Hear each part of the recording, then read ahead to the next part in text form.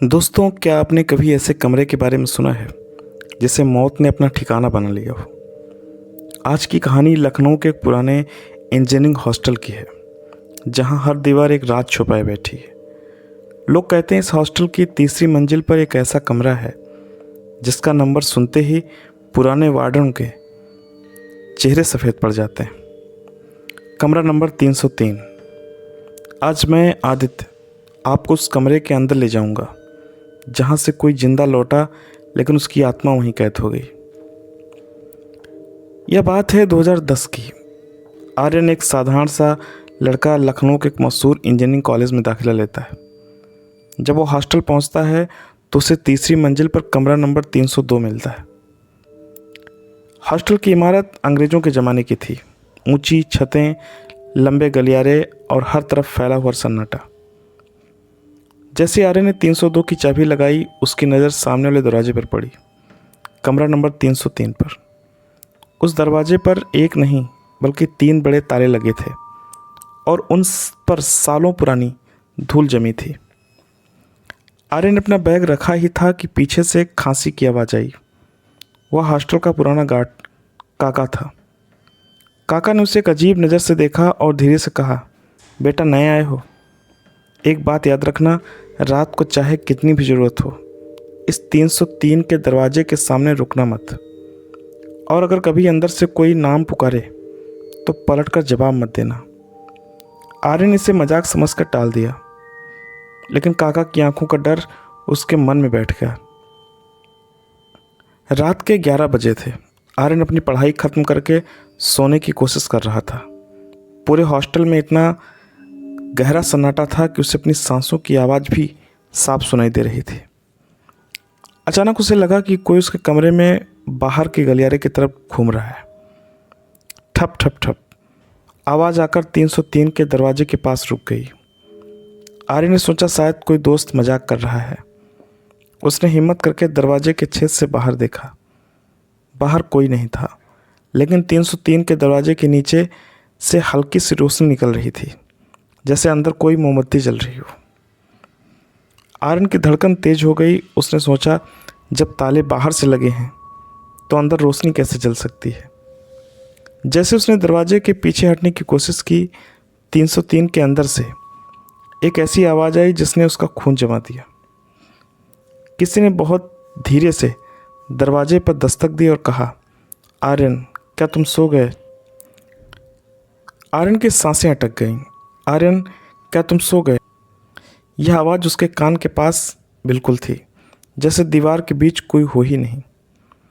आर्यन ने हिम्मत जुटाई और पूछा, कौन है बाहर? लेकिन कोई जवाब नहीं आया।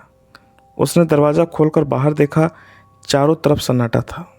303 का दरवाज़ा अब भी बंद था, लेकिन उसकी भारी जंजीरों में हल्की सी हरकत हो रही थी, जैसे किसी ने अभी अभी उसे छुआ हो। अगले दिन मेस में आर्यन की मुलाकात समीर से हुई, जो कॉलेज का पुराना छात्र था। जब समीर ने सुना कि आर्यन 302 में रहता है तो वह घबरा गया। वह उसे हॉस्टल के पीछे एक सुनसान जगह पर ले गया और बोला, आर्यन वो कमरा 303 वो कोई साधारण कमरा नहीं है। 1998 में वहाँ सिद्धार्थ नाम का एक लड़का रहता था। वह बहुत बड़ा स्कॉलर था, लेकिन कहते हैं कि वह रहस्यमयी किताबें पढ़ने लगा था। एक रात उसने कुछ ऐसा बुलाने की कोशिश की जो उसके बस के बाहर था। अगली सुबह दरवाज़ा अंदर से बंद था, ताले बाहर से लगे थे, लेकिन सिद्धार्थ कमरे से गायब था। सिर्फ उसकी एक डायरी मिली जिसकी आखिरी लाइन थी, अब वो मेरे अंदर है, या शायद मैं दीवार का हिस्सा बन चुका हूँ। रात को वापस आकर आर्यन ने खुद को समझाया कि यह सब उसका भ्रम है। वह मुंह धोने के लिए बाथरूम गया। जैसे उसने शीशे पर जमी हुई धुंध साफ की, उसकी चीख निकलते निकलते रह गई। शीशे में उसके पीछे जो दीवार थी, वहाँ एक धुंधली आकृति दिखाई दी, जो ठीक 302 वाली दीवार से निकल रही थी। वह आकृति इंसान जैसी थी, लेकिन उसके हाथ असामान्य रूप से लंबे थे। आर्यन ने तुरंत पीछे मुड़कर देखा। दीवार बिल्कुल साफ थी, लेकिन जब वह दोबारा शीशे की तरफ मुड़ा तो उस पर उंगलियों से लिखा था, मैं देख रहा हूँ। ठीक 3:17 पर पूरे हॉस्टल की लाइट अचानक चली गई। आर्यन के कमरे में रखा टेबल लैंप अपने आप जलने लगा और बुझने लगा। तभी उसे दीवार के उस पार से खरोंचने की आवाज़ आई, जैसे कोई अपने नाखूनों से दीवार खोद रहा हो। आर्यन ने डरते डरते दीवार पर पुराने पोस्टर को हटाया तो वहाँ एक छोटा सा छेद था। उसने उसमें झांका। 302 के अंदर वही नीली रोशनी, और उस रोशनी के बीच एक लड़का बैठा था। उसका चेहरा अंधेरे में छिपा हुआ था, लेकिन उसकी आंखें वो सीधा आर्यन की तरफ देख रही थी। अचानक वो लड़का मुस्कुराया और उसी पल छेद के अंदर से एक ठंडी हवा का झोंका आया, जैसे किसी ने अंदर से सांस ली हो। आर्यन डर के मारे पीछे गिर पड़ा। उस रात के बाद सब कुछ बदल गया। आर्यन जब भी अकेला होता उसे फुसफुसाहट सुनाई देती, धीरे धीरे जैसे कोई पास आकर कुछ कह रहा हो। आर्यन, दरवाज़ा खोलो, तुम्हें सच जानना है ना। पहले उसने इसे अपना वहम समझा, लेकिन ये आवाज़ें हर रात तेज़ होती गईं, और सबसे डरावनी बात, ये आवाज़ें हमेशा 302 की दीवार से आती थीं। एक रात आर्यन को लगा जैसे उसे कोई बुला रहा हो। उसकी आंखें खुली थीं, लेकिन दिमाग जैसे उसके काबू में नहीं था। वो धीरे धीरे अपने कमरे के बाहर निकला और सीधे 303 के दरवाजे के सामने जाकर खड़ा हो गया। उसका हाथ अपने आप उठने लगा ताले को छूने के लिए। तभी अचानक पीछे से किसी ने उसका कंधा जोर से पकड़ लिया। पागल हो गए हो क्या? वो समीर था। अगर तुमने उस दरवाजे को छू लिया तो तुम भी कभी वापस नहीं आ पाओगे। अगले दिन समीर ने आर्यन को एक पुरानी डायरी दिखाई, सिद्धार्थ की डायरी। उसमें अजीब अजीब चिन्ह बने हुए थे और कुछ लाइनें बार बार लिखी थीं। वो दीवार के अंदर है, वो मुझे बुलाता है, अगर मैं दरवाज़ा खोल दूं तो वो आज़ाद हो जाएगा। और आखिरी पन्ने पर लिखा था, अब मैं अकेला नहीं हूँ, वो मुझे देख रहा है मेरे अंदर से। आर्यन के हाथ कांपने लगे। उसे महसूस हुआ ये कहानी खत्म नहीं हुई थी, ये अभी शुरू हुई थी। उस रात आर्यन ने फिर से आईने में देखा। इस बार उसका चेहरा खुद का चेहरा अलग लग रहा था। उसकी आंखों के नीचे काले घेरे और उसकी मुस्कान जैसे खुद नहीं कोई और मुस्कुरा रहा हो। अचानक आईने पर अपने आप शब्द उभरने लगे, मुझे बाहर आने दो। और फिर आर्यन ने महसूस किया कि उसका हाथ खुद ब खुद दीवार की तरफ बढ़ रहा है। समीर ने आखिरकार सच बताया, 302 सिर्फ एक कमरा नहीं, वो एक दरवाज़ा है, एक ऐसी जगह का जहाँ से कुछ वापस नहीं आना चाहता। सिद्धार्थ ने उस कमरे को खोलने की कोशिश की थी, और अब वो खुद उस दरवाजे का हिस्सा बन चुका है। आर्यन ने घबराकर पूछा, और अब? समीर ने धीरे से कहा, अब वो तुम्हें चुन चुका है। उस रात ठीक 3:17 पर एक ज़ोरदार आवाज़ आई, खटाक खटाक खटाक। आर्यन ने डरते हुए दरवाज़ा खोला, और जो उसने देखा उसकी रूह कांप गई। 303 के दरवाजे पर लगे तीनों ताले ज़मीन पर पड़े थे। दरवाज़ा धीरे धीरे अपने आप खुल रहा था, और अंदर से वही नीली रोशनी बाहर फैल रही थी। दरवाज़ा पूरी तरह खुल चुका था। अंदर घना अंधेरा, और बीच में वही लड़का खड़ा था। इस बार उसका चेहरा साफ दिखाई दे रहा था। वो सिद्धार्थ था, लेकिन उसकी आंखें पूरी तरह काली थीं। उसने मुस्कुराकर कहा, तुम आ गए, अब मेरी जगह लेने के लिए। और अचानक उसने अपना हाथ बढ़ाया, जो इंसान का नहीं कुछ और का ही लग रहा था। 303 का दरवाज़ा पूरी तरह खुल चुका था। अंदर खड़ा था सिद्धार्थ, लेकिन अब वो इंसान नहीं था। उसकी आंखें पूरी तरह काली और चेहरा जैसे किसी अजीब दर्द में जकड़ा हुआ। उसने अपना हाथ आगे बढ़ाया, तुम आ गए, अब मेरी जगह लेने के लिए। आर्यन का दिल इतनी तेज़ी से धड़क रहा था जैसे अभी बाहर निकल कर आ जाएगा। लेकिन तभी पीछे से समीर चिल्लाया, आर्यन अंदर मत जाना। समीर ने आर्यन को ज़ोर से पीछे खींच लिया और दरवाज़ा बंद कर दिया। तुम समझ क्यों नहीं रहे? समीर हाँफते हुए बोला, जो अंदर है वो सिद्धार्थ नहीं, वो कुछ और है जो उसके अंदर आ गया था। आर्यन घबराकर बोला, लेकिन वो मुझे बुला रहा था, मेरा नाम ले रहा था। समीर ने धीमे सुर में कहा, क्योंकि अब वो तुम्हें अपना अगला रास्ता बनाना चाहता है। अगले दिन समीर आर्यन को हॉस्टल के पुराने रिकॉर्ड रूम में ले गया। धूल से भरी फाइलों के बीच उन्हें एक पुराना नक्शा मिला। उस नक्शे में दिखाया गया था कि 303 के पीछे एक और छोटा कमरा है, एक छुपा हुआ कमरा जिसे आधिकारिक तौर पर कभी बनाया ही नहीं गया था। समीर ने कांपते हुए कहा, यही वो जगह है जहाँ से सब शुरू हुआ था। रात होने का इंतज़ार किया गया। 3 बजे पूरा हॉस्टल फिर से सन्नाटे में डूब गया। आर्यन और समीर 303 के बाहर खड़े थे। इस बार दरवाज़ा खुद ब खुद खुल गया, जैसे कोई उनका इंतज़ार कर रहा हो। दोनों अंदर गए। कमरे के अंदर ठंड इतनी थी जैसे बर्फ़ की गुफा हो। दीवार के हिस्से में वही नीली रोशनी आ रही थी। समीर ने हथौड़ा उठाया और पूरी ताकत से दीवार पर मारा। धड़ाम। दीवार टूटते ही अंदर से एक तेज हवा का झोंका आया, जैसे किसी दूसरी दुनिया का दरवाज़ा खुल गया हो। उस छुपे हुए कमरे में अंधेरा नहीं था, बल्कि एक अजीब नीली रोशनी थी। दीवार पर वही अजीब चिन्ह और बीच में एक पुराना लकड़ी का चक्र बना हुआ था। उस चक्र के बीच जमीन पर गहरे खरोंच के निशान थे, जैसे किसी को जबरदस्ती अंदर घसीटा गया हो। अचानक कमरे का तापमान और गिर गया। पीछे से दरवाज़ा अपने आप बंद हो गया। धड़ाम। और फिर एक आवाज़ गूंजी, तुमने दरवाज़ा खोल दिया। आर्यन ने पीछे मुड़कर देखा।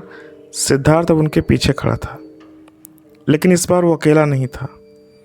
उसके शरीर के पीछे दीवार से कई परछाइयाँ निकल रही थीं, जैसे दर्जनों हाथ उसे पकड़ रहे हों।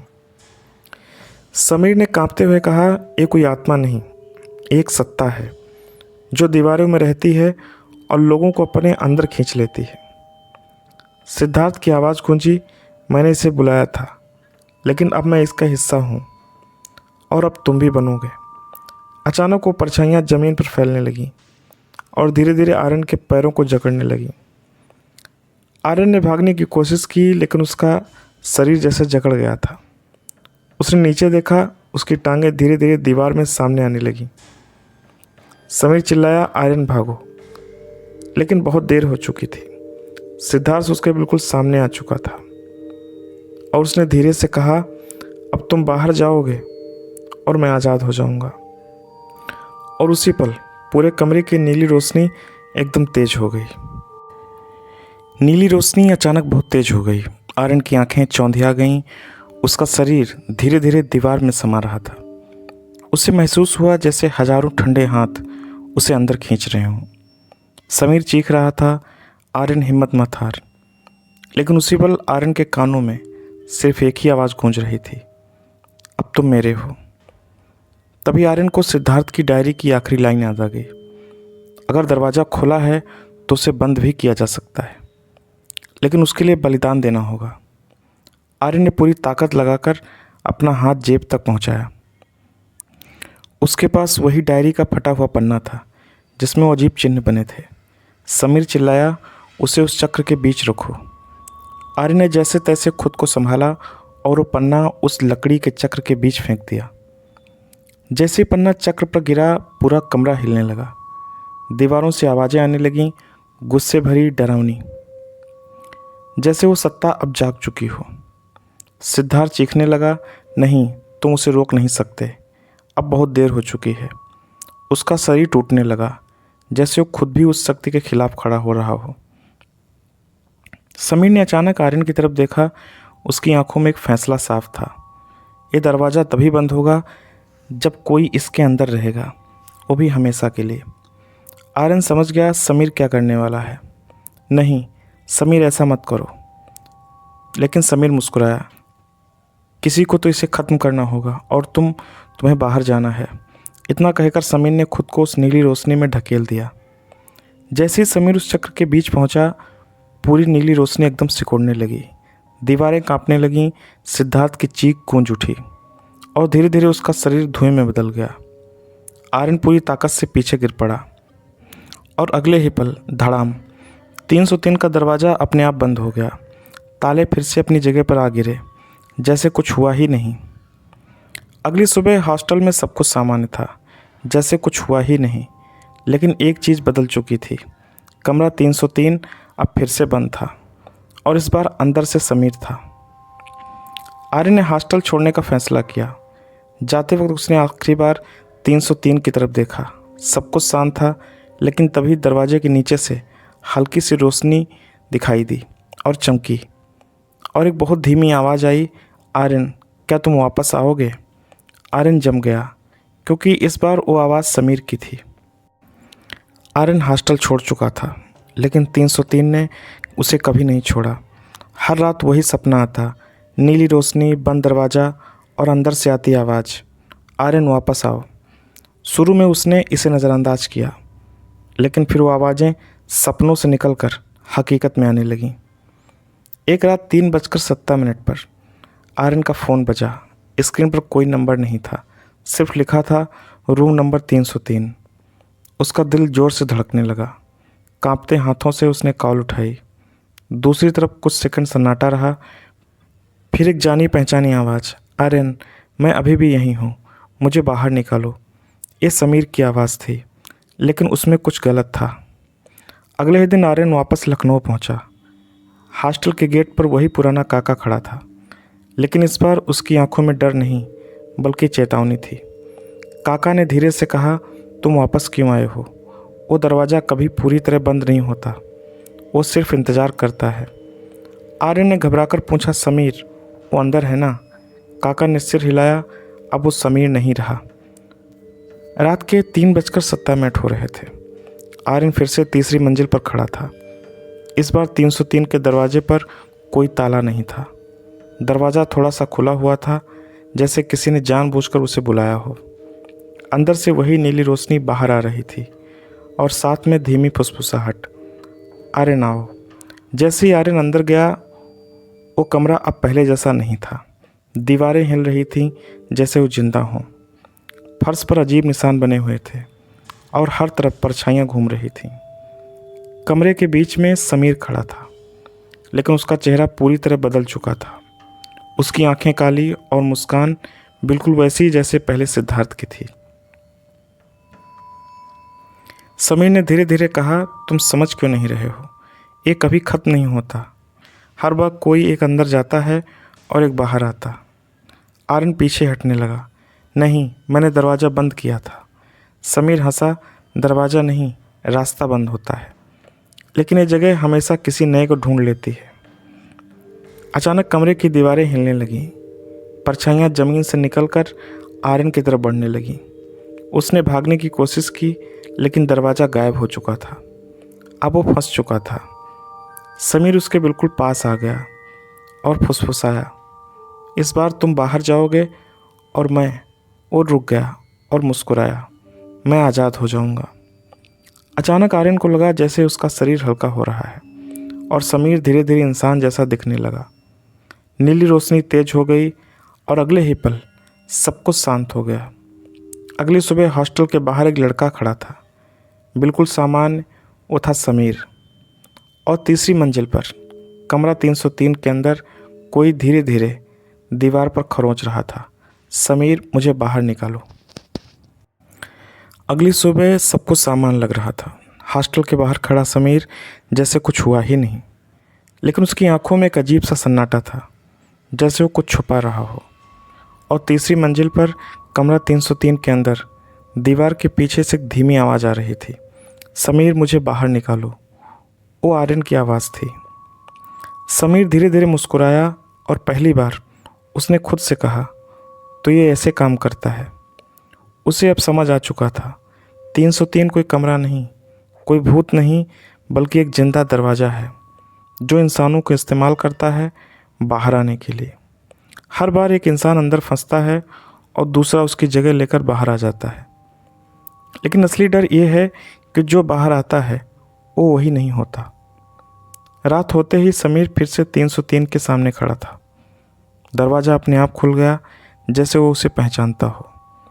इस बार समीर डरा नहीं, वो अंदर गया और धीरे से बोला, अब मेरी बारी है। अचानक उसकी आवाज़ बदलने लगी, गहरी, ठंडी, मैं अब अकेला नहीं हूँ। उसकी परछाई दीवार पर फैली और उसने कई और परछाइयाँ जुड़ गईं, जैसे वो खुद उस सत्ता का हिस्सा बन चुका हो। दीवार के अंदर आर्यन अभी भी जिंदा था। उसे सिर्फ अंधेरा दिखाई दे रहा था और चारों तरफ से आवाज़ें आती, हजारों फुसफुसाहट जो उसे अंदर खींच रही थी। लेकिन अचानक उसे याद आया डायरी, चिन्ह और वो चक्र। उसने पूरी ताकत लगाकर दीवार के अंदर ही वो चिन्ह बनाने शुरू किए। जैसे वो उस जगह को अंदर से बंद करना चाहता हो। जैसे आर्यन ने आखिरी चिन्ह पूरा किया, एक जोरदार धमाका हुआ। पूरी इमारत हिल गई, नीली रोशनी एकदम बुझ गई और 303 का दरवाज़ा हमेशा के लिए बंद हो गया। 10 साल बाद वो हॉस्टल अब बंद पड़ा है। लोग कहते हैं तीसरी मंजिल अब भी खाली है, लेकिन कुछ लोग दावा करते हैं रात के 3:17 पर अब भी वहाँ से आवाज़ आती है, खरोंचने की और एक धीमी फुसफुसाहट। क्या कोई है? और सबसे डरावनी बात, कुछ साल पहले एक नया केयर टेकर वहाँ आया था।